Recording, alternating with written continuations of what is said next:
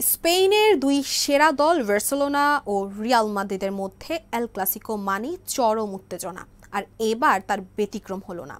খেলার ফল যাই হোক না কেন, ম্যাচের পর মাঠে কিছু একটা ঘটবে এটা যেন সবাই আগে থেকেই জানতো। আসলে এই উত্তেজনার আগুন জ্বালিয়েছিলেন বার্সেলোনার তরুণ তারকা লামিনে ইয়ামাল।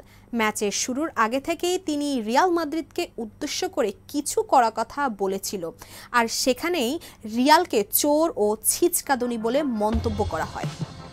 রিয়াল মাদ্রিদ খেলায় জয় নিশ্চিত করে তখন প্রতিশোধের পালা।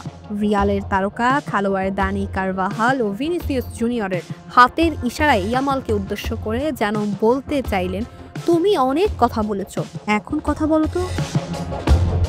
এরপর যখন হতাশ ইয়ামাল মাঠ ছাড়ছিলেন, তখন ভিনিসিয়াসের সঙ্গে আবারও ঝামেলা শুরু হয়। দুজনেই তেড়ে যেতে শুরু করেন, ফলে দু দলের খেলোয়াড়, কোচিং স্টাফ এসে তাদের টানাটানি শুরু করেন।